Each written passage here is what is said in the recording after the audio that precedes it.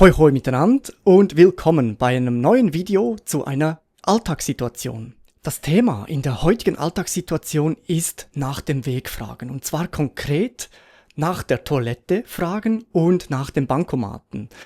Und ich glaube, vielleicht die Toilette, Bankomat, ja, das kommt auch oft vor, aber generell einfach das Thema nach dem Weg fragen ist sicher praktisch zu wissen. Und wir schauen uns das heute gemeinsam mal an, wie das auf Schweizerdeutsch klingen kann. Zu diesem Video habe ich euch ein ganzes Transkript erstellt mit den Übersetzungen auf Hochdeutsch, dazu auch Hörverständnisübungen und eine Vokabelliste im gleichen Dokument. Ihr findet den Link dazu in der Beschreibung und könnt es euch von dort gratis runterladen. Und natürlich wie immer, falls ihr noch mehr und andere Materialien sucht, dann schaut auf meiner Patreon-Seite vorbei, dort gibt es mittlerweile so viele Materialien und ich glaube, es ist wirklich hilfreich. Der Link ist auch in der Beschreibung. Und ich habe sogar einen neuen Online-Kurs für Schweizerdeutsch für Einsteiger fertiggestellt. Ich werde euch dazu am Ende des Videos noch kurz mehr erzählen. Aber jetzt, los geht's mit dem Dialog.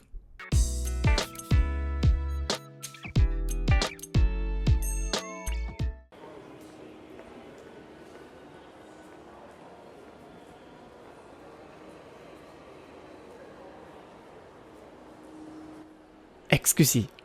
Können Sie mir bitte sagen, wo das WC ist? Ja, sicher. Gehen Sie geradeaus, dann links und hinten rechts finden Sie das WC. Super, vielen Dank. Gern geschehen. Sorry, darf ich noch etwas fragen? Wissen Sie vielleicht auch, wo der nächste Bank... Entschuldigung. Kein Problem. Das passiert jedem. Also, Sie wollten wissen, wo der nächste Bankomat ist. Ja, genau. Sorry für die Störung. Alles gut. Wenn Sie hier rausgehen, sehen Sie den Bahnhof. Gerade beim Haupteingang, rechts neben der Bäckerei, gibt es einen Bankomat. Perfekt. Ich habe schon gedacht, das Handy sei kaputt. Aber der Bankomat ist wenigstens noch da. Ja, zum Glück. Merci nochmal für Ihre Hilfe. Nichts zu danken. Einen schönen Tag noch. Danke, gleichfalls. So, das war unser kurzer Dialog für heute. Ich hoffe, es hat dir gefallen.